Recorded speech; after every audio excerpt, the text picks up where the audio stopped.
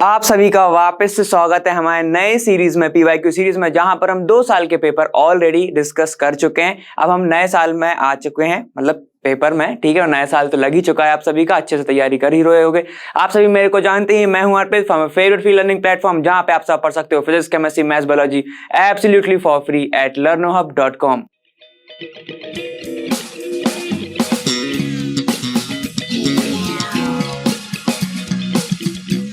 चलिए, तो पीवाईक्यू अपन 17 और 18 के देख ही चुके हैं। 2019 पर हम आ चुके हैं। 2019 का हमें स्टार्ट करना है। केमिस्ट्री के पोर्शन सारे के सारे अपन कवर करेंगे, एक भी क्वेश्चन छूटने नहीं वाला है। सारे सेट के क्वेश्चंस उठा के देखेंगे इस साल के, ठीक है। और मैं तुमसे ये बोलूंगा कि 2019 का अगर तुमने सेट क्लियर कर लिया, ठीक है, तो आधे से ज्यादा तुम्हारी तैयारी हो ही जाएगी, क्योंकि पूरा का पूरा वो कवर कर चुका है। हर टॉपिक से क्वेश्चन दे देता है इसमें, ठीक है। तो चलो स्टार्ट करते हैं अपन जल्दी से। फर्स्ट क्वेश्चन देख,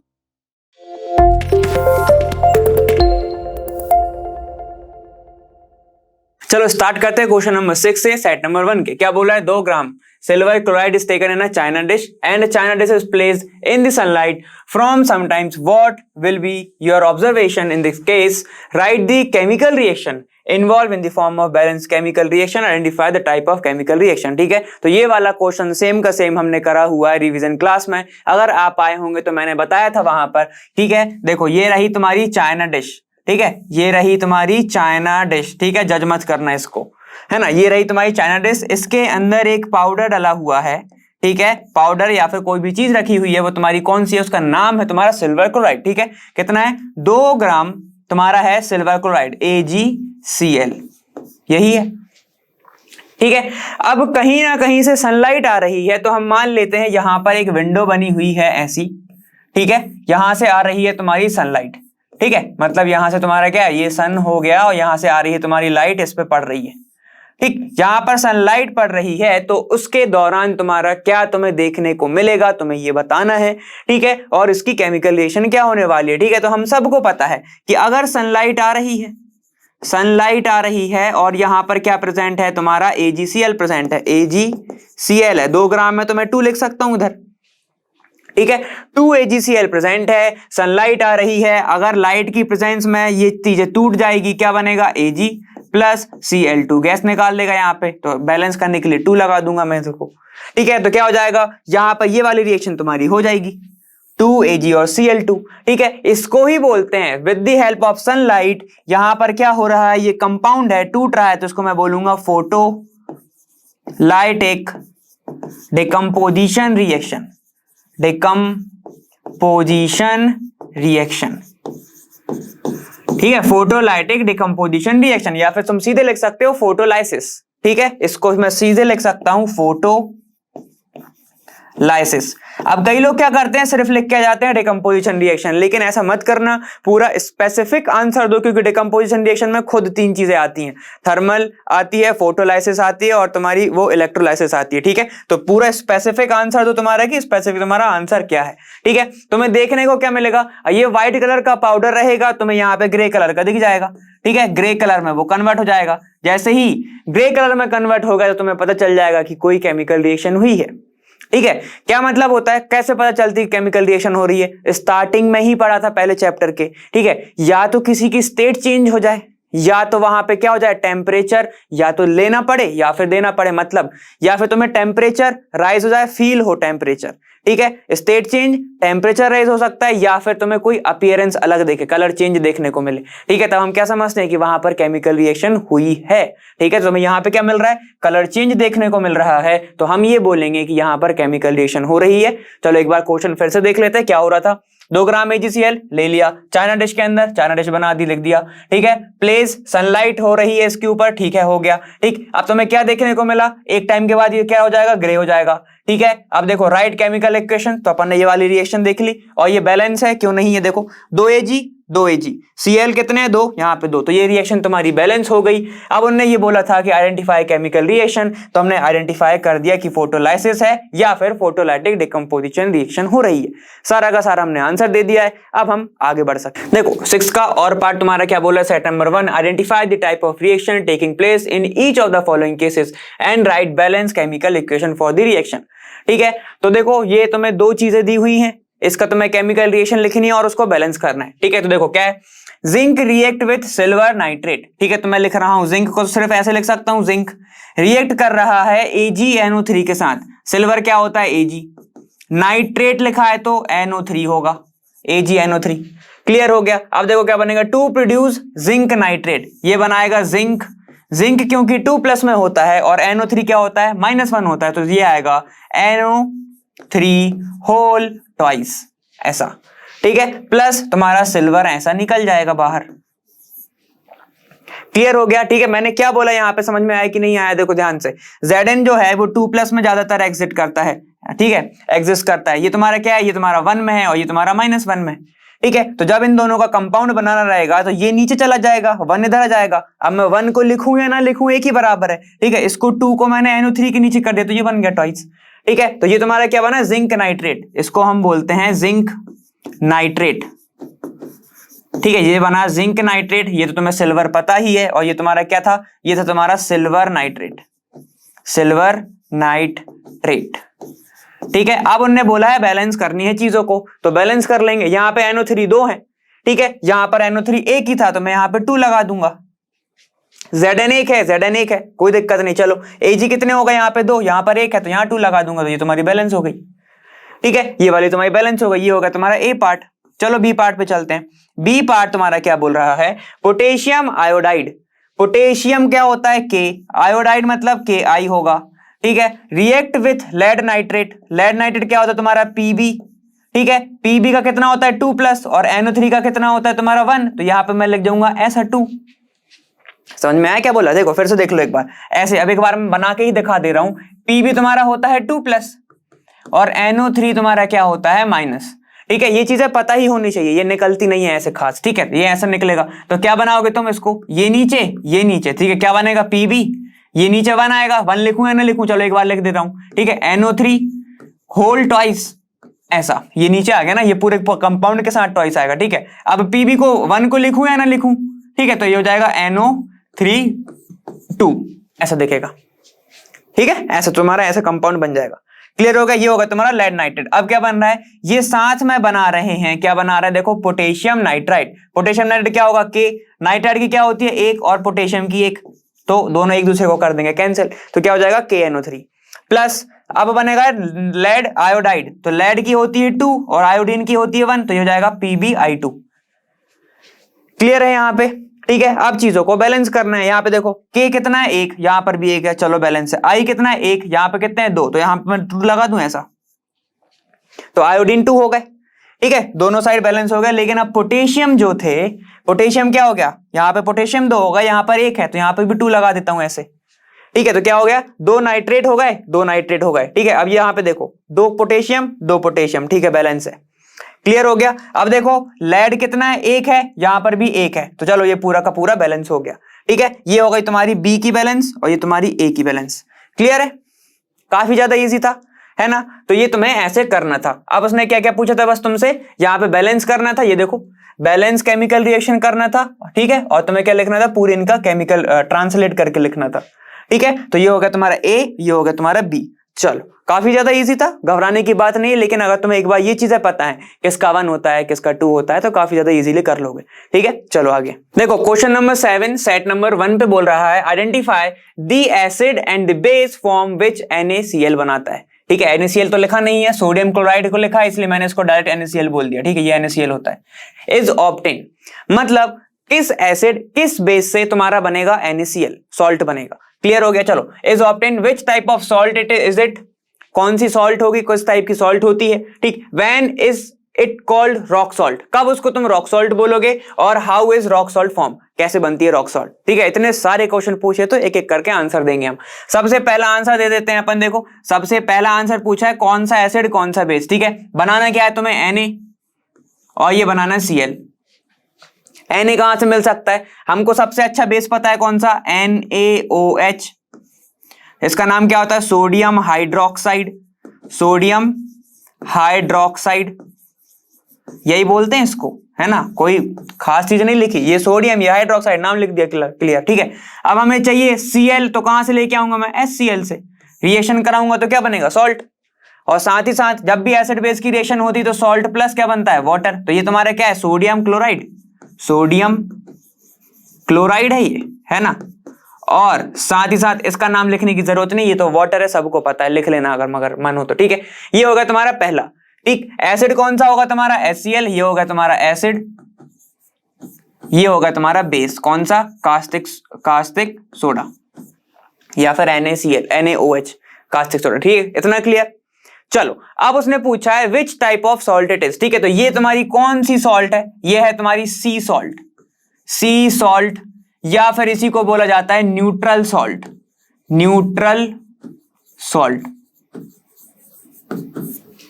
ठीक है, इसी को न्यूट्रल सॉल्ट भी बोलते हैं, इसको सी सॉल्ट भी बोलते हैं। चलो यहां पे अब आगे आ जाओ, when is it called rock salt, कब ये रॉक सॉल्ट कहलाएगी, ठीक है। तो अगर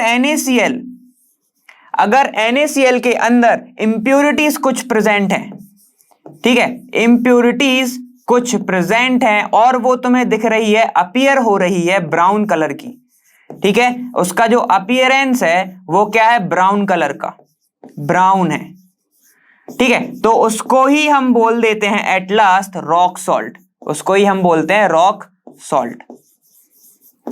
समझ में आ गया, NaCl के अंदर कुछ इंप्योरिटीज ब्राउन कलर की दिखती हुई तो उसको हम बोलते हैं रॉक सॉल्ट। क्लियर हो गया। रॉक सॉल्ट कैसे बनती है ये और पूछा गया है, तो रॉक सॉल्ट सीधा अगर हम क्या करें, जो ओशियन है या फिर जो सी वाटर है उसको मैं क्या कर दूं, ड्राई कर दूं। सी वाटर में क्या होता है, NaCl प्रेजेंट होता है कि नहीं होता, सॉल्टी वाटर होता है ना, ठीक है। अगर मैं उसको ही ड्राई कर दूं, ठीक है, तो हमें जो सॉल्ट मिलती है वो कौन सी होती है, रॉक सॉल्ट। इसको वापस से थोड़ा रिफाइन करो, इंप्योरिटी हटा दो, तो तुम्हें जो मिलती है वो कॉमन सॉल्ट होती है, जिसको अपन NaCl बोलते हैं। क्लियर हो गया यहाँ पे, ठीक है। तो ये सारा का सारा तुम्हारा आंसर है। एक बार फिर से रिपीट कर देता हूं, एसिड रहेगा तुम्हारा HCl और बेस रहेगा NaOH। जब आपस में रिएक्ट करेगा तो एक बनेगा सॉल्ट और बनेगा वाटर। ये हो गया पहली चीज। दूसरी चीज उसने बोला था कौन सी सॉल्ट होती है, तो वो सी सॉल्ट होती है, क्योंकि सी से ही मिल रही है, उसी को न्यूट्रल सॉल्ट भी बोल देते हैं। क्लियर है। अब देखो फिर पूछा है कि रॉक सॉल्ट क्या होती है, फिर कब बोलोगे उसको रॉक सॉल्ट, जब उसमें इंप्योरिटीज प्रेजेंट रहेगी, उसी NaCl में ब्राउन कलर की दिखेगी तुम्हें, जब हम उसको रॉक सॉल्ट बोलेंगे, ठीक है। और अब रॉक सॉल्ट बनती कैसे है, तो अगर सी वाटर ले लो, उसको ड्राई कर दो, तो सिर्फ क्या बचेगा, वहां पे पानी उड़ जाएगा, बचा सिर्फ सॉल्ट, तो वो तुम्हारे क्या होगा, रॉक सॉल्ट होगा। अब तुम्हें रॉक सॉल्ट को भी कन्वर्ट करना है, तुम्हें NaCl में जो अपन खाते हैं, ठीक है, उसको रिफाइन करना है, तो तुम उसको रिफाइन कर सकते हो। तुम्हें क्या मिल जाएगा, NaCl, इंप्योरिटीज हटा दो। क्लियर हो गया, ये वाला क्वेश्चन यहां पर खत्म। नेक्स्ट पर चलते हैं। चलो क्वेश्चन नंबर 16 सॉल्व करते हैं। तो हमारा सेट नंबर 1 का यहां पर बोल रहा है, list in a tabular form 3 chemical properties on the basis which we can differentiate between a metal और नॉन मेटल। ठीक है, अब 3 प्रॉपर्टीज लिखनी है, मेटल और नॉन मेटल, जिससे अपन डिफरेंशिएट कर सके कि ये मेटल है भाई, ये नॉन मेटल है। क्लियर है। तो सबसे पहली प्रॉपर्टी तुम्हें कौन सी दिखती है, ऑक्सीजन वाली। ठीक है, तो अगर मैं एक टेबल फॉर्म करूं, ठीक है, तो यहां पर मैं कर रहा हूं मेटल, ठीक है, और यहां पे मैं कर रहा हूं नॉन मेटल। ठीक है, तो हम सबको पता है, अब उम्मीद कर रहा हूं पता होगा, क्योंकि रिवीजन रेस में भी अपन ने पढ़ा हुआ है कि मेटल जब भी ऑक्सीजन से रिएक्ट करता है तो मेटलिक ऑक्साइड बनाता है। ठीक है, और मेटल के ऑक्साइड, तो मैं लिख सकता हूं मेटलिक ऑक्साइड का जो नेचर होता है, ठीक है, वो क्या होते हैं, metallic oxides are basic in nature. क्या होते हैं, बेसिक नेचर के होते हैं। तो ये तुम्हारी पहली प्रॉपर्टी हो गई। क्लियर। वहीं पे अगर मैं नॉन मेटल की बात करूं, तो हां ये भी ऑक्साइड बनाते हैं, लेकिन इनके जो ऑक्साइड होते हैं वो क्या होते हैं, एसिडिक इन नेचर। तो ये डायरेक्ट लिख रहा हूं मैं, एसिडिक नेचर। ठीक है, ऑफ तुम्हारा कौन सा, मेटलिक ऑक्साइड लिख लेना, नॉन मेटलिक ऑक्साइड NMO लिख रहा हूं मैं। क्लियर। चलो आ जाओ, यहां पर सेकंड पॉइंट अगर मैं देखूं, यहां पर मैं रिएक्शन कराऊं, क्योंकि मेटल की रिएक्शन अगर मैं HCl के साथ करा रहा हूं, मतलब कोई भी एसिड के साथ, तो यहां पर क्या होता है, यहां पर H2 गैस निकलती है। H2 गैस का निकलना होता है जब भी मैं किसी एसिड के साथ रिएक्शन करा रहा हूं, एसिड प्लस मेटल करा रहा हूं तो। ठीक है, मतलब क्या हुआ, चलो एग्जांपल देख लेते हैं। यहां पे मान लो मैंने Na की रिएक्शन करा दी HCl के साथ, है तो ये एसिड ही, और ये तुम्हारा मेटल है, तो यहां पे क्या बनेगा, NaCl प्लस, यहां पर निकल जाएगी H2 गैस, पड़ा हुआ है ना। जब भी एसिड रिएक्ट करता है मेटल के साथ तो क्या निकलता है, H2 गैस निकलती है। वहीं पे अगर मैं नॉन मेटल की बात करता हूं, ठीक है, ये तुम्हारा नॉन मेटल की बात कर रहा हूं, तो यहां पर H2 को डिस्प्लेस नहीं कर पाता, डिस्प्लेस नहीं कर पाता कौन, तुम्हारा नॉन मेटल, नॉन मेटल, ठीक है। तो उसको लिख सकते हो does not displace H2 from HCl या फिर विथ एनी एसिड, ठीक है। किसी भी एसिड से हाइड्रोजन को डिस्प्लेस नहीं कर पाता नॉन मेटल, ठीक है, और ये लेकिन यहां पर कर देता है, इसलिए वो H2 गैस निकलता है। क्लियर, इतना सबको क्लियर हो गया, ठीक है। अब इसकी बहुत अच्छी सी प्रॉपर्टी जो सबको याद रहती है मेटल और नॉन मेटल की, ठीक है, कौन सी, कि मेटल इलेक्ट्रॉन को लूज करते हैं, याद है ना, मेटल इलेक्ट्रॉन को लूज कर सकते हैं, लेकिन ये इलेक्ट्रॉन को लूज नहीं कर सकते, पॉजिटिव ये होते हैं, ये नेगेटिव होते हैं। क्लियर है, तो ये सब तो लिख ही लोगे, ये वाला, ये तीसरा पॉइंट अपना ये वाला हो गया, ठीक है, ये मैंने ओरली बता दिया है, ठीक, तो उम्मीद है तुम लोग लिख लोगे। चलो अब यहां पर बोल रहा है give a reason for the following, most metal conduct electricity well, क्यों कर सकते हैं, ठीक है। मैंने अभी बोला कि मेटल क्या करते हैं, मेटल अपने इलेक्ट्रॉन को लूज करते हैं, लूज करते हैं, और इलेक्ट्रॉन को लूज करेंगे तो यहां पर क्या होगा, यहां पर क्या होगा, इलेक्ट्रिसिटी को वो क्या कर सकता है, कंडक्ट करेगा। यही होता है ना मूवमेंट ऑफ इलेक्ट्रॉन्स, समझ रहे हो ना, मूवमेंट ऑफ इलेक्ट्रॉन ही तो इलेक्ट्रिसिटी होती है ना। तो यहां पर क्या होगा, मेटल अपने इलेक्ट्रॉन को लूज कर देता है काफी इजीली, ठीक है, जिसके कारण क्या होता है, वो इलेक्ट्रिसिटी कंडक्ट कर सकता है। वहीं पे नॉन मेटल जैसे कार्बन की बात कर लो, ठीक है, तो कार्बन क्या होता है, उसके कई एलोट्रॉप्स छोड़ो, कार्बन जो होता है वो कम इलेक्ट्रिसिटी का करता है, कंडक्ट करता है, कम क्या करता ही नहीं है, ठीक है, करता ही नहीं है। समझ में आ गया इतना, ठीक है, क्यों, क्योंकि उसके पास इलेक्ट्रॉन को लूज नहीं करता वो, ठीक है। और हम सबको पता है कार्बन क्या करता है, शेयरिंग करता है ना, तो वो सब बातें अपन आगे करेंगे। चलो देखो, तो मेटल क्या करता है, लूज कर देता है इलेक्ट्रॉन, लूज क्यों करता है लूज, क्योंकि मेटल के पास जो इलेक्ट्रॉन रहते हैं वो लूजली बाउंड रहते हैं, मतलब कि ज्यादा अच्छे से बाइंडिंग नहीं रहती है उनकी, तो इलेक्ट्रॉन को वो लूज इजीली कर देते हैं। क्लियर हो गया, ठीक है। तो ये तुम्हारा कौन सा होगा, बी का पहला पार्ट, बी का पहला पार्ट, क्लियर। अब देखो यहां पर बोल रहा है the reaction of iron oxide with heated aluminium is used to join cracked machine part, ठीक है। तो इसको अपन अभी देखेंगे, जब तक तुम लोग ये वाला लिख लो, ठीक है ना। चलो उम्मीद है लिख लिया होगा यहां पे। अब अपन देखते हैं क्या कि the reaction of iron oxide, ये वाला देखना है। आयरन ऑक्साइड क्या है तुम्हारा, Fe2O3, है ना। जब भी हीट कर रहे हैं विथ तुम्हारा हीटेड एल्यूमिनियम, मतलब एल्यूमिनियम के साथ इसको हीट करा जा रहा है, is used to join cracked machine part. ये क्यों होता है, सुनो आप ध्यान से, क्यों, कैसे कैसे, समझ में आ रहा हो, नहीं आया होगा अभी तक तो, कि सीधा पढ़ के यहां पर ये बोलना चाह रहा है, जब भी इसकी रिएक्शन मैं करा रहा हूं एल्यूमिनियम के साथ, तो इस प्रोसेस की, इस रिएक्शन को मैं किसी भी मशीन में जो चीजें टूट चुकी हैं, आयरन की चीजें जो टूट चुकी हैं, उसको जोड़ने के लिए यूज करता हूं, ठीक है। तो देखो मान लो मैंने ऐसा बना दिया, ठीक है, एक आयरन का ये रॉड और एक आयरन की ये रॉड जो कि टूटी हुई है, मुझे जोड़ना है। तो अब देखना, ठीक है, बस अभी रिएक्शन देखो फिर अपन ये देखेंगे। अब क्या होगा, क्योंकि एल्यूमिनियम क्या है, ज्यादा रिएक्टिव है, ठीक है, तो मैं HR लिख रहा हूं क्योंकि हाईली रिएक्टिव है। ये क्या है, आयरन इससे कम रिएक्टिव है, तो LR लिख रहा हूं, लो रिएक्टिव है। तो क्या करेगा, एल्यूमिनियम आयरन को कर देगा डिस्प्लेस, ठीक है, तो क्या बनेगा तुम्हारा Al2O3, साथ ही साथ आयरन निकल जाएगा बाहर। कहानी यहां पर खत्म नहीं होती है, जैसे ही एल्यूमिनियम ने इसको हटाया, काफी हाई अमाउंट में क्या निकली, यहां पर हीट निकली, हीट निकली। अब सुनते चलना, ठीक है, जो हीट निकली वो इस आयरन को, दिख रहा है ये वाला जो आयरन है, जो हीट निकली इस आयरन को ही पिघलाने में काम कर देती है, ठीक है, इस आयरन को पिघलाने के लिए काम करेगी। तो फिर इस आयरन का यूज हम कहां पे कर सकते हैं, इस क्रैक को भरने के लिए इस आयरन का यूज कर सकते हैं। एट लास्ट तुम्हें क्या होगा, जैसे ही आयरन अभी तो क्या है, गर्म है, तो पिघला हुआ है, मोल्टन स्टेट में, लेकिन जैसे जैसे वो क्या होगा, ठंडा होगा, ठीक है, तो क्या करेगा, वो अपने आप को सॉलिड फॉर्म में कर लेगा और ये तुम्हारी दोनों रॉड हैं वो आपस में जुड़ जाएंगी। क्लियर हो गया इतना, ठीक है। फिर से सुनना है, सुनो, यहां पर Fe2O3 और Al की जो रिएक्शन हो रही है, कैसे तुम क्रैक को जोड़ने का काम करते हो वो समझ रहे हैं हम।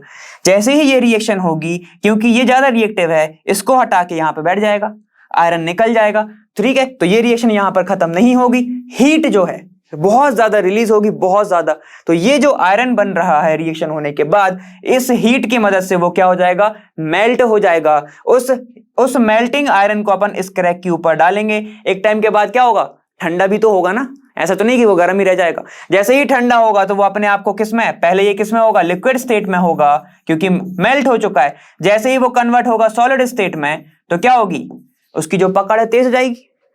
समझ रहे हो, काफी अच्छे से बाउंड हो जाएगा वो। ठीक है, तो यही प्रोसेस को अपन यूज कर सकते हैं बाइंडिंग में। जैसे अपन बोलते हैं बेल्डिंग हो रही है, समझ में। इसको यूज किस में करते हो, जब तुम्हारा जो ट्रेन की जो पटरीज रहती है, रेलवे ट्रैक जो रहते हैं, उसमें जो लोहा यूज होता है ना, जिसको जोड़ना रहता है, अगर पटरी को, ट्रैक को जोड़ना रहता है, तो अपन यही प्रोसेस का यूज कर सकते हैं। क्लियर हो गया। यहां पर ये चीजें याद रखें कृपया करके, क्योंकि हीट बहुत ज्यादा निकलती है, एक्सोथर्मिक प्रोसेस होती है वो। क्लियर है, चलो यहां पे खत्म हो गया, आगे चलते हैं। देखो अब अपन आ चुके हैं तुम्हारे 17th क्वेश्चन पे, सेट नंबर 1 के। क्या बोल रहा है, right the chemical formula and the name of compound which is active ingredient of all alcoholic drinks. Her alcoholic drink में एक एक्टिव इंग्रेडिएंट होता है, हमें उसका नाम बताना है। ठीक है, list it's 2 uses, right chemical equation and name of the product. ठीक है, तो लगभग इसने 3 क्वेश्चन पूछ ले एक में ही। ठीक है, तो अपन एक एक करके आंसर देते हैं। यहां पर देखो पहला उसने पूछा है एक्टिव इंग्रेडिएंट कौन सा होता है, तो हम सबको पता है एल्कोहलिक ड्रिंक में कौन सा ज्यादा एक्टिव होता है, जरा बताओ, मैथनॉल होता है या एथेनॉल होता है, सबको पता होगा। अब क्या होता है तुम्हारा, एथेनॉल होता है। उसका फॉर्मूला क्या होता है, CH3CH2, यहां पर OH मैंने ओपन करके लिखा है, इसको ही मैं लिख सकता हूं C2H5OH, नाम जरूर लिख के आना, उसको हम बोलते हैं क्या, एथेनॉल, एथेनॉल। क्लियर हो गया, ये एक्टिव इंग्रेडिएंट होता है ऑल एल्कोहलिक ड्रिंक्स में। क्लियर, अब उसके 2 यूजेस लिखने हैं, तो 2 यूजेस लिख लेते हैं। चलो यहां पर एक तो खुद ही बोल रहा है कि एल्कोहलिक ड्रिंक में यूज हो रहा है। ठीक है, मतलब इससे तुम एक चीज ध्यान करो, जो एल्कोहल है, ठीक है, अब जो है, अब अपन एक चीज और लिख सकते हैं कि सैनिटाइजर में भी यूज हो रहा है, डिसइंफेक्टेंट की तरह भी यूज हो सकता है। ठीक है, तो सुनो, अपन अच्छे से एक चीज लिख सकते हैं कि एक तो हम इसको किसके पर्पस के लिए यूज कर सकते हैं, मेडिसिनल पर्पस, मेडिसिनल पर्पस के लिए अपन क्या कर सकते हैं, इसको रीयूज कर सकते हैं, दवाइयां बना सकते हैं इससे। ठीक है, चलो दूसरी चीज ये हो गया तुम्हारा A, और बी क्या हो सकता है, इसको ये बहुत ही अच्छा सॉल्वेंट की तरह भी यूज हो सकता है। सॉल्वेंट की तरह भी क्या होता है, ये यूज होता है, तो यूज एज सॉल्वेंट, सॉल्वेंट की तरह यूज हो सकता है। एल्कोहलिक का खुद ही इसका ही छाप सकते हो कि एल्कोहलिक ड्रिंक्स में यूज हो रहा है ना। चलो यहां पे देखो, तो ये तुम्हारी क्या होगा, 2 चीजें हो गई। अब हम बात करते हैं, वो बोल रहा है right chemical equation and name of the product formed when this compound react with this. ठीक है, तो ये वाला जो कंपाउंड है, कौन सा वाला कंपाउंड, CH3CH2 ये OH। ठीक, अगर ये रिएक्ट करेगा सोडियम मेटल के साथ, तो सबने ये रिएक्शन पढ़ी होगी, सोडियम मेटल के साथ। एल्कोहलिक थोड़ा सा एसिडिक होता है, ये मेटल है। ठीक है, तो एसिड और मेटल की रिएक्शन में क्या निकलता है, जरा बता दो। यहां पर निकल जाएगा तुम्हारा H2 गैस निकल जाएगी सबसे पहले, जो बचा उसको जोड़ दो साथ में, क्या बच रहा है देखो, CH3CH2 और यहां पर ONA, साथ ही साथ तुम्हारी क्या निकल रही है, H2 गैस निकल रही है। बैलेंस करना है तो कुछ नहीं करना, यहां 2 लगा दो, क्यों, क्योंकि हाइड्रोजन 2 निकल रहे हैं। ठीक है, तो यहां पे मैं 2 लगा दूंगा। ठीक है, तो 2 Na हो जाएंगे, यहां पे 2 लग जाएगा, खत्म, बैलेंस हो गई रिएक्शन। काफी ज्यादा इजी, खुद भी एक बार बैलेंस करके देखो। क्लियर है यहाँ पे। ठीक है, तो सबके नाम इसने पूछे हैं, तो हम लिख देंगे, ये तुम्हारा क्या था, एथेनॉल। ये क्या है तुम्हारा, sodium metal, sodium metal.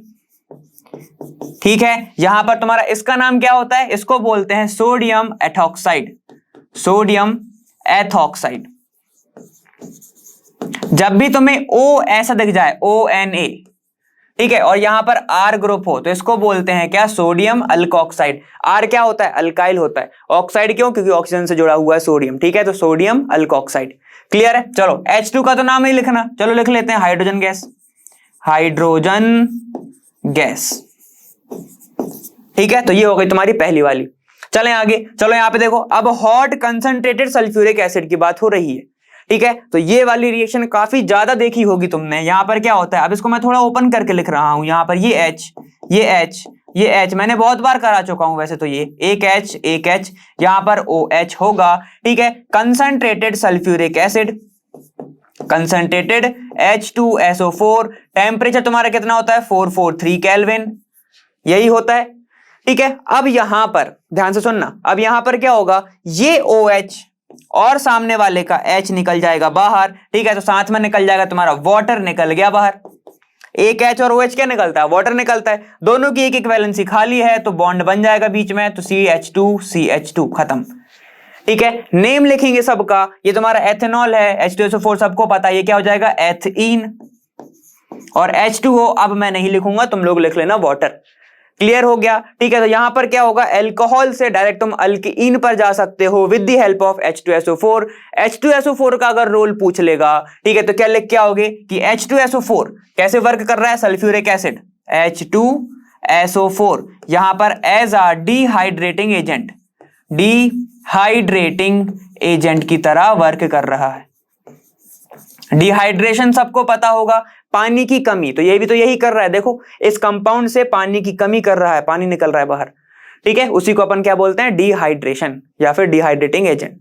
Clear, समझ में आ गया। तो ये तुम्हारा हो गया 17th क्वेश्चन। अब नेक्स्ट क्वेश्चन पर चलते हैं।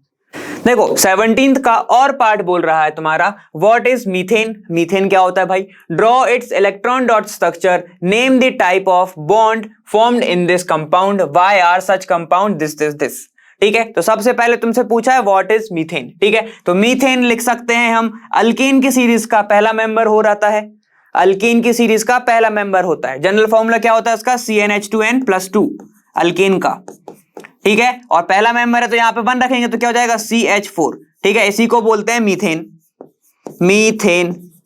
ठीक है, समझने के लिए बस ऐसा लिख लो, ऐसा लिखो मैथ, और यहां पे लिखो एन।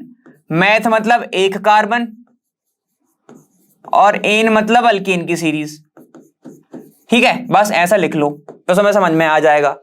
क्लियर है। अब उसने पूछा है इलेक्ट्रॉन डॉट स्ट्रक्चर तुम्हें बनाना है, ठीक है, तो बना देंगे हम, कोई दिक्कत की बात नहीं है। कार्बन से 4 हाइड्रोजन जुड़े हैं, कार्बन से 4 हाइड्रोजन जुड़े हैं। कार्बन का वैलेंसी कितना होता है तुम्हारा, उसका वैलेंसी होता है 4। ठीक है, तो मैं बनाऊंगा 1 2 3, ये 4 डॉट स्ट्रक्चर में उसकी वैलेंसी के इलेक्ट्रॉन ही शो करते हैं। अब बचे तुम्हारे 4 हाइड्रोजन, तो इन 4 वैलेंसी से इसके 4 हाइड्रोजन, इसके क्या 4 हाइड्रोजन ऐसे अपने इलेक्ट्रॉन का क्या करते हैं, शेयरिंग करते हैं। कोई दे नहीं सकता, कोई ले नहीं सकता। क्लियर हो गया। क्यों? क्योंकि कार्बन को अभी देने के लिए 4 इलेक्ट्रॉन देने पड़ेंगे और लेने के लिए भी 4 इलेक्ट्रॉन लेने पड़ेंगे, और ये काफी ज्यादा मुश्किल होता है। ठीक है, 4 इलेक्ट्रॉन ले लिए तो उसका जो न्यूक्लियस है वो होल्ड नहीं कर पाएगा, 4 इलेक्ट्रॉन दे दिए तो काफी ज्यादा एनर्जी लगेगी। समझ में आएगा, इलेक्ट्रॉन को निकालने के लिए। तो अब ये क्या करते हैं, ये क्या करता है, ये कहता है कि तू एक काम कर, मुझसे शेयरिंग कर ले। ठीक है, तो यहां पे क्या होती है, शेयरिंग ऑफ इलेक्ट्रॉन होती है। ये कार्बन इसके इलेक्ट्रॉन भी काउंट करेगा अपने लिए, ठीक है, और इसके जो हाइड्रोजन है अपने साथ काउंट करेंगे कार्बन का इलेक्ट्रॉन भी। क्लियर हो गया यहां पे। तो अब मेरा बोलने का मतलब क्या है, ध्यान से सुनो। कार्बन ने अपना इलेक्ट्रॉन शेयर किया, शेयर का मतलब ये होता है आधा तेरा आधा मेरा। ठीक है, मतलब जो तुम्हारे पास है वो मैं अपने लिए भी काउंट करूंगा, और जो मेरे पास है वो तुम अपने लिए काउंट कर सकते हो। जब तुम्हें जरूरत रही तो तुम काउंट कर लेना, जब मुझे जरूरत रही तो मैं काउंट करूंगा। ठीक है, तो ऐसा बोलते हैं। चलो देखो, हाइड्रोजन अपना क्या कंप्लीट करता है, ड्यूप्लेट। ठीक है, तो मैं पूरा ही बता देता हूं। देखो ये करता है अपना ड्यूप्लेट कंप्लीट, और कार्बन करता है अपना कौन सा, ऑक्टेट कंप्लीट। मतलब ये 8 इलेक्ट्रॉन काउंट करना चाहिए उसको, और इसको चाहिए 2 इलेक्ट्रॉन। ठीक है, चलो देख लेते हैं। यहां पे देखो कार्बन के पास कितने इलेक्ट्रॉन है, 1 2 3 4 5 6 7 8। हाइड्रोजन का भी काउंट करेगा क्योंकि अब अपने लिए काउंट कर रहा है। हाइड्रोजन के पास कितने हैं, देखो एक ये खुद का, दूसरा किसका, कार्बन का। तो हो गया इसका ड्यूप्लेट कंप्लीट, और कार्बन का ऑक्टेट कंप्लीट। तो यही दिखता है तुम्हारा कौन सा, इलेक्ट्रॉन डॉट स्ट्रक्चर किसका, मीथेन का। क्लियर हो गया यहां पे। ठीक है, तो अब देखो यहां पर ये जो शेयरिंग हो रही है, ठीक है, कलर चेंज करके बताता हूं। ये जो यहां पर क्या हो रहा है, एक ही चीज से बता रहा हूं, ठीक है, चारों में हो रहा है वो। यहां पर हो रहा है sharing of electron, sharing of electron. ठीक है, इलेक्ट्रॉन की शेयरिंग से यहां पर जो भी बॉन्ड बनता है, जो भी बॉन्ड बनता है उसको हम बोलते हैं कोवैलेंट बॉन्ड, कोवैलेंट बॉन्ड। ठीक है, तो अब दूसरा क्वेश्चन इसका ये था कि नेचर ऑफ बॉन्ड क्या है, तो नेचर क्या है उसका, कोवैलेंट बॉन्ड है, इलेक्ट्रॉन की शेयरिंग से बन रहा है।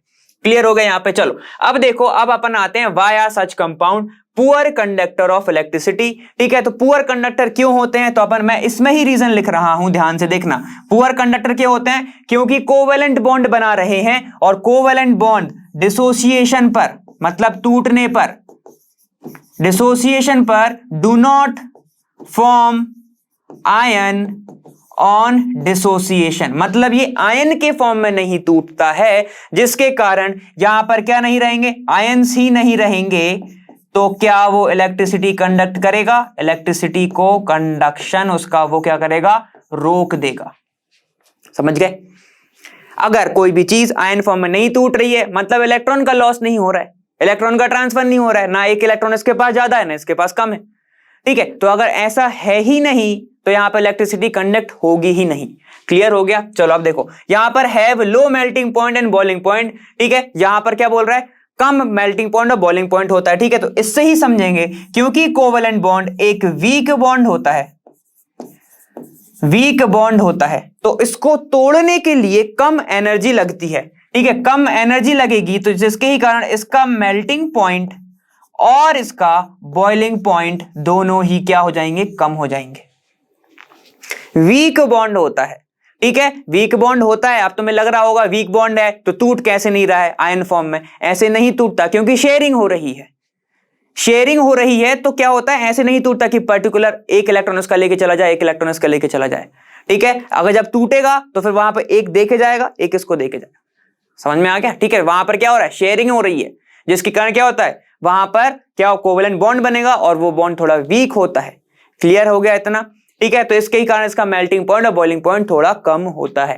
क्लियर। अब देखो, अब यहां पर बोल रहा है what happen when this compound Burns in oxygen.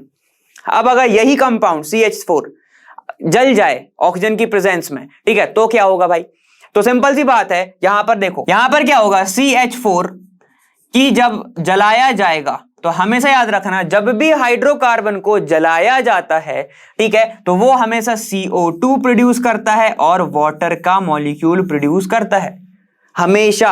मैं तो हाइड्रोकार्बन की बात कर रहा हूं, इसने स्पेसिफिक मीथेन को लेके बोला है। ठीक है, तो ध्यान रखना, जब भी मीथेन को जलाया जाएगा या फिर हाइड्रोकार्बन को जलाया जाएगा, कार्बन डाइऑक्साइड और वाटर प्रोड्यूस होगा। ठीक है, बैलेंस करने के लिए बैलेंस कर सकते हो, यहां पर 2 लग जाएगा क्योंकि हाइड्रोजन 4 है। अब बाकी का बैलेंस कर लो, यहां पे 2 ऑक्सीजन हो गए, 2 ऑक्सीजन यहां पर होगा, कितने होगा टोटल 4, तो यहां पे 2 लगा दूंगा मैं। क्लियर है, तो यहां पे ये रिएक्शन होगी। ये कौन सी वाली है, जब कंपाउंड जल रहा है। क्लियर है, सारे आंसर मिल चुके हैं हमको, इसी पूरा एक बार देख लोगे पूरा क्लियर हो जाएगा अच्छे से। ठीक है, तो ये तुम्हारा एक पार्ट, यहां पर एक पार्ट और वो तुम्हारा दूसरा part.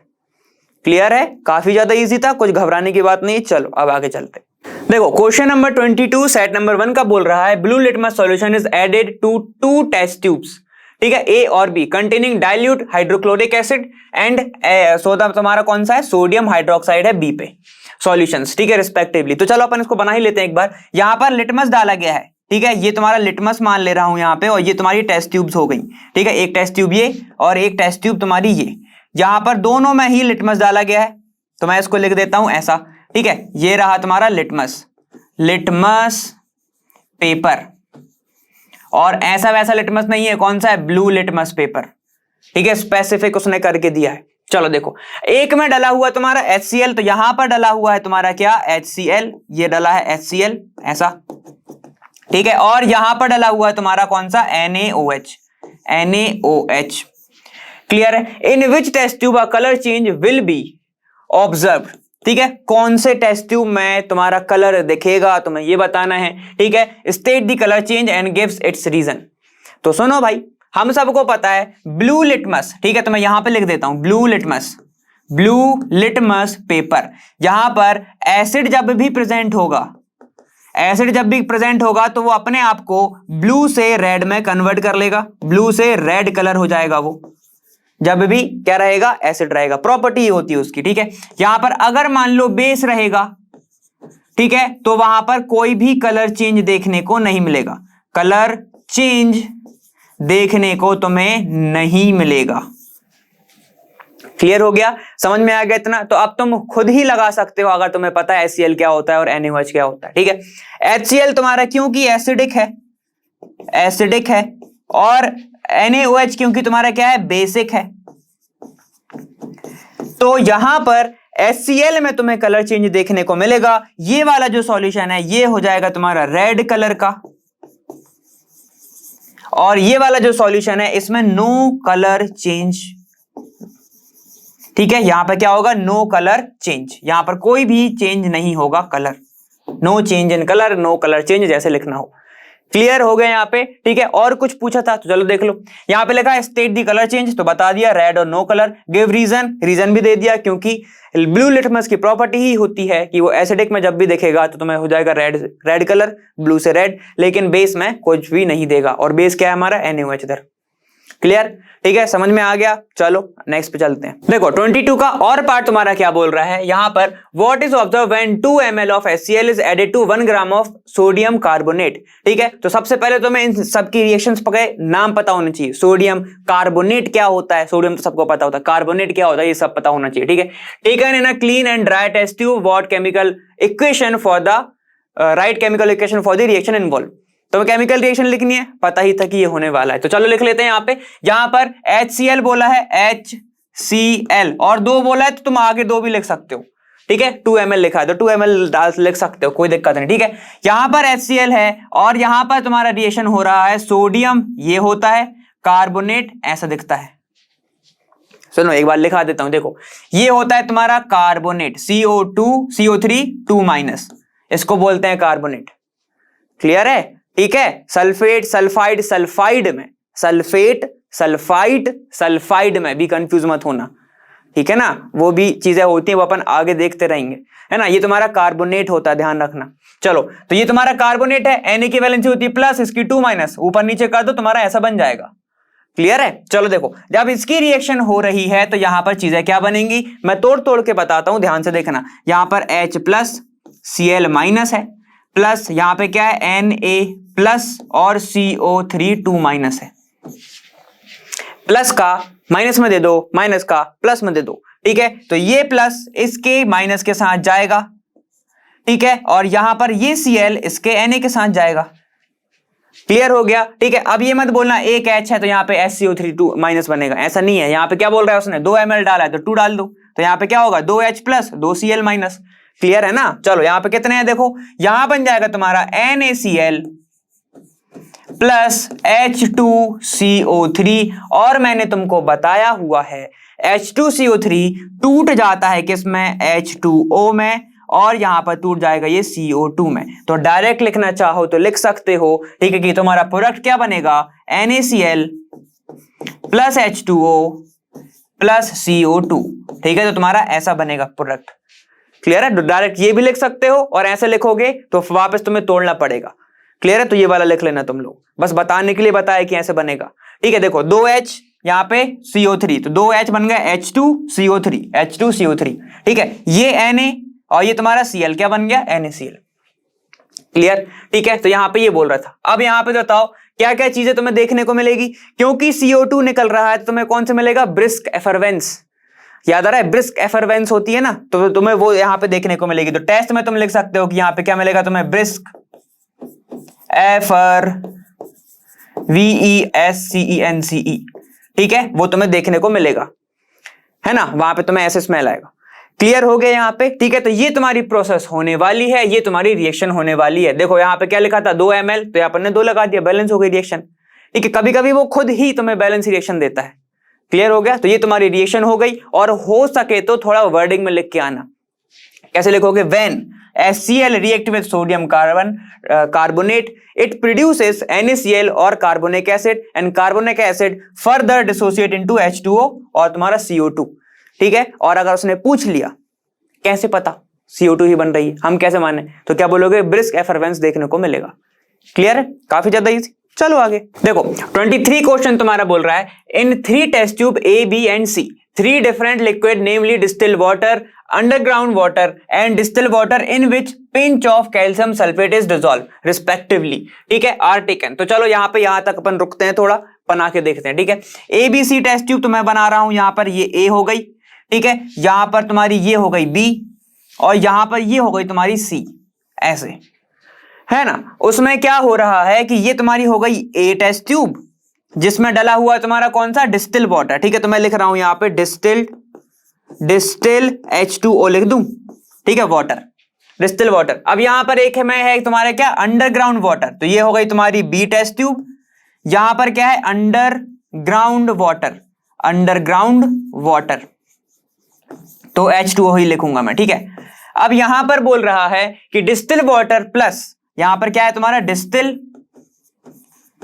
Water plus pinch of, क्या डला हुआ है देखो, कैल्शियम सल्फेट, तो यहां पे क्या है, CaSO4 ये डला हुआ है ना, इज डिसॉल्व रिस्पेक्टिवली। अब उसने आगे का बोला है an equal amount of soap का सॉल्यूशन। ठीक है, यहां पर डाला क्या जा रहा है तुम्हारा, सोप का सॉल्यूशन, ये यहां पे तुम्हारा डाला गया है सोप का सॉल्यूशन, ऐसा soap solution, soap solution. Same इसमें भी ऐसे ही है कि सोप का सॉल्यूशन डाला जा रहा है ना, यहां पर भी और यहां पर भी तुम्हारा सोप का सॉल्यूशन ऐसा डाला जा रहा है। ठीक है, यस में सब में सोप का सॉल्यूशन डाला जा रहा है। अब उसके बाद बोल रहा है कि हर एक टेस्ट ट्यूब में द कंटेंट आर सेकंड, अब उसके बाद इसको थोड़ा सा क्या करा गया, शेक करा गया, है ना। In which test tube will be the length of foam be longest, इनमें से किस में ज्यादा अच्छे फोम बनेगी, झाग किस में ज्यादा अच्छा बनेगा। ठीक है, ये तुम्हें बताना है, तो थोड़ा सा हमें इसमें दिमाग लगाना पड़ेगा। ठीक है, तो उम्मीद है तुम लोग दिमाग लगाने के लिए तैयार होगे, तो ध्यान दो, क्योंकि ये डिस्टिल वाटर है। ठीक है, क्योंकि ये डिस्टिल वाटर है तो इसके अंदर क्या होंगे, फ्री आयंस, फ्री आयंस क्या होंगे, मतलब यहां पर कोई भी आयंस प्रेजेंट नहीं होगा, तो मैं लिखूंगा नो फ्री आयंस। ठीक है, यहां पर क्या होगा, आयंस ही प्रेजेंट नहीं होंगे। क्लियर हो गया, यहां पर देखो। अब बात करते हैं तुम्हारी किसकी, अंडरग्राउंड वाटर की। अंडरग्राउंड वाटर में क्या होगा तुम्हारा, कैल्शियम भी होगा और तुम्हारा मैग्नीशियम भी हो सकता है। ये दोनों के दोनों क्या है तुम्हारे, हार्ड आयन, हार्ड आयन है और मेटल ही हार्ड है, ये पहली बात तो क्लियर हो गया। चलो अब यहां पे जाओ, क्योंकि डिस्टिल वाटर के साथ तुम्हारा कैल्शियम सल्फेट डाला गया है। ठीक है, तो यहां पर क्या प्रोड्यूस करेगा, ये Ca2+ आयन प्रोड्यूस करेगा, है ना। समझ पा रहे हो ना, बाकी सब चीजें दिमाग लगा पा रहे हो। अब सुनो, यहां पर ये चीज खत्म हो गई। अब सुनो, जो सोप का सॉल्यूशन डाला गया, जो सोप का सॉल्यूशन डाला गया, क्योंकि यहां पर नो फ्री आयन है तो यहां पर कोई भी रिएक्शन नहीं होगी। ठीक है, यहां पर क्या होगा, no reaction, no reaction with soap, with soap, है ना।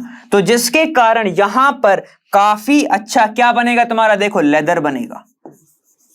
ठीक है, काफी अच्छा तुम्हारा क्या बनेगा, फोम बनेगा, लेंदी बनेगा, लॉन्गेस्ट टाइम तक रहेगा फोम।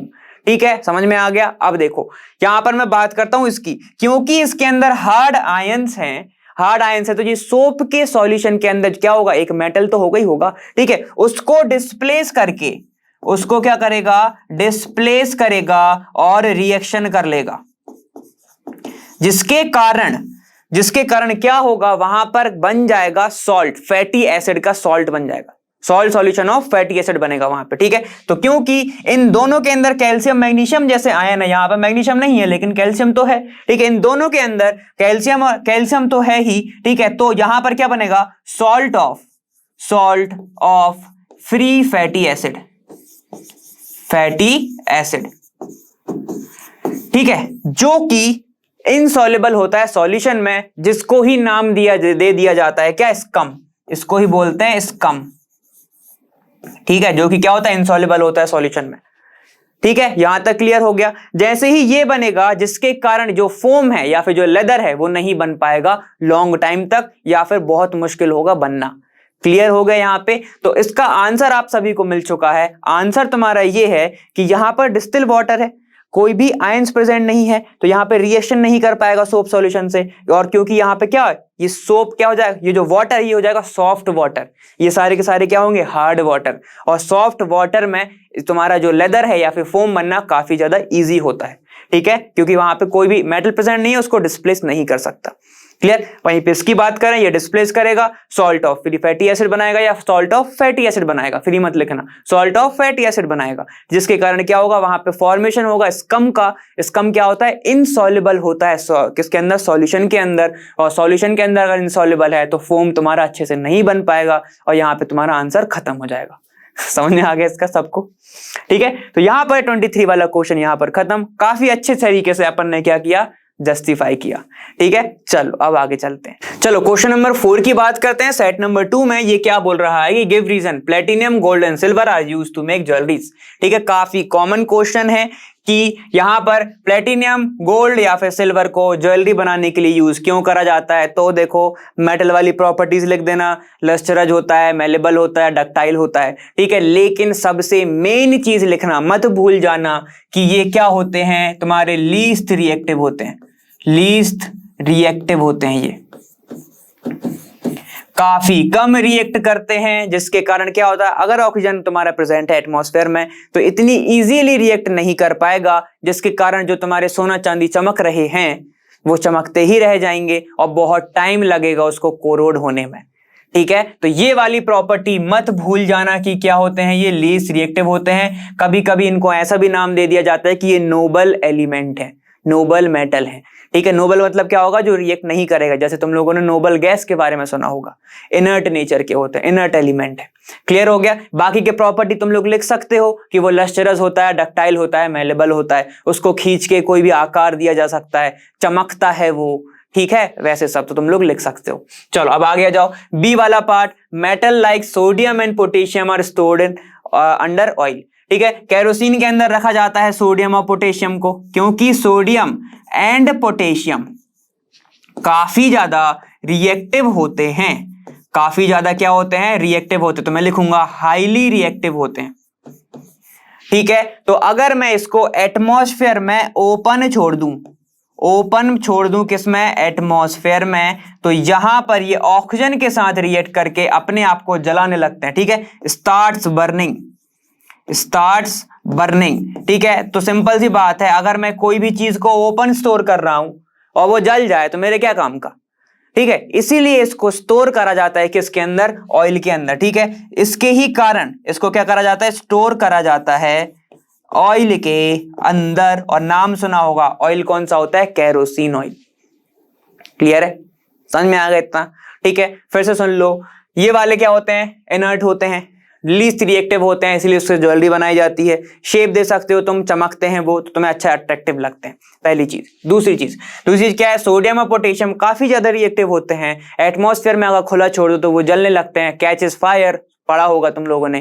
ठीक है, तो वहां पे क्या होता है, फायर कैच करेगा, और फायर कैच करेगा तो मैं वहां पे रखूंगा ही क्यों, ओपन में क्यों ही रखूंगा, फिर मैं उसको किस में रखूंगा, ऑयल के अंदर रखूंगा, जहां पर वो रिएक्ट ना कर पाए और स्टोर हो पाए। क्लियर है, समझ में आ गया? चलो आगे देखो, फोर्थ का और पार्ट है तुम्हारा सेट नंबर 2 में कि silver article become black when kept in open for some times, where is copper vessel loses their shine brown surface and gain green coat when kept in a open. ठीक है, name the substance present in the air with which these metals react and write the name of product formed. काफी ज्यादा easy है ये वाला, direct तुम्हारा question पूछा गया। ठीक है, यहाँ पे तुम्हारा एनसीईआरटी से ही पूछा गया। देखो यहाँ पर Ag है, ठीक है, खाली रखा हुआ है। हमें पता है एटमॉस्फेयर में काफी ज्यादा सल्फाइड चीजें घूमती रहती हैं। ठीक है, यहां पर क्या होगा, सल्फाइड चीजें ऐसे ऐसे घूम रही हैं, मान लो, है ना। तो ये जो Ag है इसके ऊपर ये क्या करेगा, रिएक्ट करेगा। जैसे ही Ag के ऊपर रिएक्ट करेगा ये बना लेगा तुम्हारा कौन सा, Ag2S। ठीक है, जिसके कारण सल्फाइड के कारण ये हो गया कोरोड, और अब ये अपने पास क्या कैप्ट करेगा, देखो कौन सी सरफेस कर देगा, इसको कर देगा ये ब्लैक, ये दिखेगी तुम्हें फिर ब्लैक सरफेस। ठीक है, तो लिख सकते हैं अपन इसमें क्या हो गया, कोरोजन हो गया। समझ में आ गया क्या हो गया, कोरोजन हो गया। देखो ऑक्सीजन से रिएक्ट नहीं कर रहा है, सल्फाइड से रिएक्ट कर रहा है, देख रहे हो ना। ठीक है, तो यहाँ पे क्या देखिए, तुम्हें ब्लैक कलर की सल्फर सरफेस दिखेगी वहां पे। क्लियर है, वहीं पे कॉपर का भी सेम सीन है। कॉपर अगर CO2 एटमॉस्फेयर में है ही है, और यहां पर क्या प्रेजेंट है, तुम्हारा मॉइस्चर प्रेजेंट है, मॉइस्चर प्रेजेंट है, तो ये अपने आप को बना देता है CuCO3 में। ठीक है, कार्बोनेट फॉर्म में कन्वर्ट कर लेता है अपने आप को, जिसके कारण ये तुम्हें कौन सी सरफेस दिखती है, ग्रीन कलर की। ग्रीन तुम्हें क्या देखने को मिलता है, कलर देखने को मिलता है। क्लियर हो गया? तो यहाँ पे कोरोजन ही हो रहा है, सिंपल सी बात है, ठीक है। इसी प्रोसेस का नाम कोरोजन भी होता है। तो यहाँ पर तुम्हें सिल्वर सल्फाइड देखने को मिलेगा। सल्फाइड क्या दिखेगा तुम्हें? ब्लैक सरफेस देखने को मिलेगी। वहीं पे कॉपर और कार्बन डाइऑक्साइड मॉइस्चर की प्रेजेंस में रिएक्ट कर लेते हैं, तो तुम्हें क्या मिलता है? कॉपर कार्बोनेट मिलता है देखने को, और वो ग्रीन कलर का दिखता है उसका वेसल, ठीक है। तो यही तुम्हारी प्रोसेस होती है, यही तुम्हारे नाम होते हैं। क्लियर है? तो यही तुम्हारे आंसर हो जाएगा, और ज्यादा कुछ खास तो है नहीं, ठीक है। देखो और क्या पूछा है, name the substance present in the air. तो सब्सटेंस का नाम क्या है? H2S, हाइड्रोजन सल्फाइड गैस, ठीक है। Which these metal react and right the name of product form, ठीक है। तो ये तुम्हारा सिल्वर सल्फाइड है, ठीक है, सिल्वर सल्फाइड है, और ये तुम्हारे क्या है? Copper carbonate. इतना क्लियर हो गया? तो ये तुम्हारे आंसर होगा सारे के सारे। क्लियर है? चलो अब आगे चलते हैं। चलो क्वेश्चन नंबर 6 देख लेते हैं हम अपना, कि on heating blue colour powder of copper 2 nitrate, copper 2 nitrate लिखा हुआ है, ठीक है, in a boiling tube black copper oxide O2 and brown gas X is formed, ठीक है। तो क्या पूछ रहा है वो? Identify the type of reaction and the gas X, कौन सी रिएक्शन हो रही है वो बताना है। तो चलो बना लेते हैं। यहाँ पे मान लो तुम्हारा एक टेस्ट ट्यूब रखा हुआ है, ठीक है। चलो यहाँ पे पाउडर लिखा है, तो मैं ऐसे बना देता हूं, ये तुम्हारा पाउडर है, ठीक है। यहां पर तुम्हारा कौन सा पाउडर है? देखो कॉपर 2 नाइट्रेट मतलब Cu2, यहां पे क्या है? NO3 ऐसा, कॉपर 2 नाइट्रेट। समझ में आ गया इतना? ऐसे दिखेगा क्या? जरा बताओ, क्या ये सही है? नहीं है सही भाई। यहां पे क्या होगा? ये ब्रैकेट और 2 आएगा, तब आएगा कॉपर 2 नाइट्रेट, ठीक है, क्योंकि नाइट्रोजन की तो 2 होती ही नहीं है, ठीक है। तो ये तुम्हारा कैसे देखेगा? ऐसे देखे, कॉपर 2 नाइट्रेट। क्लियर है? देखा, चेक करता रहता हूं, ऐसा कुछ नहीं बीच में। चलो देखो, अब अगर मैं इसको क्या कर रहा हूं, बॉइलिंग ट्यूब में इसने लिया हुआ है, तो जब मैंने इसको मान लो बॉइल किया, ठीक है, तो यहां पे हीट देना पड़ेगा। तो यहां पर मुझे चीजें क्या मिलेंगी, तो मैं रिएक्शन कर करके बताता हूं। देखो ऐसा, Cu यहां पर NO3 होल ट्वाइस है, ठीक। अब जब जैसे ही मैंने इसको हीट किया, ये बनाएगा कॉपर ऑक्साइड, ठीक है। तो क्या दिख रहा है? देखो कॉपर ऑक्साइड CuO बनाएगा। साथ ही साथ तुम्हें यहां पर ऑक्सीजन गैस देखने को मिलेगी, देखो लिखा हुआ है। और यहां पर अब बच क्या गया देख रहे हो? नाइट्रोजन है, तो क्या निकालेगा? NO2 गैस निकाल देगा। तो यहां पर गैस का नाम क्या है तुम्हारा? X का नाम क्या है? जो गैस है वो तुम्हारी NO2 है, ठीक है। तो यहां पर जो X है वो तुम्हारा क्या है? NO2 है। क्लियर है? अब कौन से टाइप की रिएक्शन है ये देखो, यहां पे हीट की मदद से टूट रही है, ये हीट की मदद से क्या हो रहा है? ये डिकम्पोज हो रहा है। तो इसको मैं बोल सकता हूं थर्मल डिकम्पोजिशन रिएक्शन, ठीक है। तो इसका नाम क्या होगा तुम्हारा? इसका नाम होगा थर्मल डिकम्पोजिशन रिएक्शन, ठीक है, ये इसका नाम होगा। क्लियर हो गया काफी, है ना। चलो अब आ जाओ, यहां पे right balance chemical equation of the reaction, balance form में लिखना है भाई। तो कोई दिक्कत नहीं, नाइट्रेट 2 है, यहां पर नाइट्रोजन 1 है, ठीक है। यहां पे क्या लगा दूंगा मैं? यहां पे 2 लगा दूंगा। अब ऑक्सीजन को बैलेंस करना है, यहां पे 6 है, यहां पे कितने होगा? देखो 4 5 6, यहां पे 1 7, ठीक है। तो बस नाइट्रोजन को बैलेंस करना है, तो एक काम करता हूं, यहां पे मैं 2 लगा दूंगा ऐसे। तो नाइट्रोजन कितने होगा? ये देखो, ये 6 2 12, ठीक है। कॉपर हो गए 2, तो कॉपर 2। नाइट्रेट कितने हो गए? अब देखो, ये 2 ये 4, तो यहां पे मैं 4 लगा दूंगा ऐसे, ठीक है। अब बैलेंस करके देखो, यहां पे ये हो गए 2, यहां पे 4, यहां पे कितने हो गए? 8। तो ये तुम्हारे कितने हो गए? देखो ये तुम्हारे 6 और 2 तुम्हारे 12। क्लियर है? तो ये तुम्हारे यहाँ पे तुम्हारा आंसर हो जाएगा। किसी को कोई दिक्कत? देखिए 2 4 और ये तुम्हारे कितने हो गए? 4 और 6 10। तो ये तुम्हारे आंसर हो जाएगा, ठीक है। ये तुम्हारे ये हो गया आंसर। चलो अब आ गया यहाँ पे क्या है? Right the pH range of aqua solution of this gas, ठीक है। अगर इस गैस की मैं एक्वा सॉल्यूशन बनाऊं तो ये बनाएगा क्या? एसिडिक सॉल्यूशन बनाएगा, और इसका जो पीएच होगा वो क्या होगा? बिलो पीएच होगा, किससे? 7 से कम होगा, एसिडिक सॉल्यूशन बनाएगा ये। क्लियर है? ठीक है, तो ये तुम्हारा आंसर हो जाएगा।